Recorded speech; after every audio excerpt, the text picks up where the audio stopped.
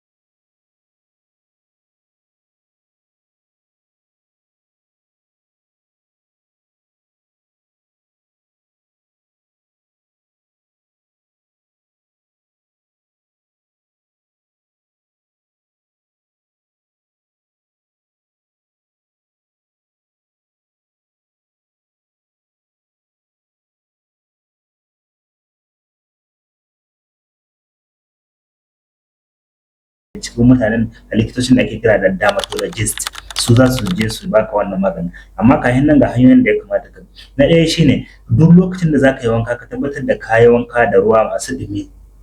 Ka yi wanka da ruwa masu ɗumi, ka yi wanka da ruwan sanyi kuma ka yi wanka da ruwan zafi.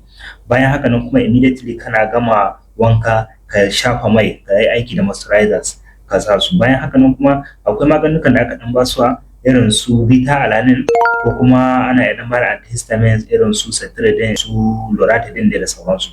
Wannan maganukan da ake basuwa saboda a samu relief daga wannan matsala. Wannan shine dai in brief matsala ta aquagenic pruritus wato ƙaiƙayin jiki bayan mutum ya gama wanka. Sai an jima.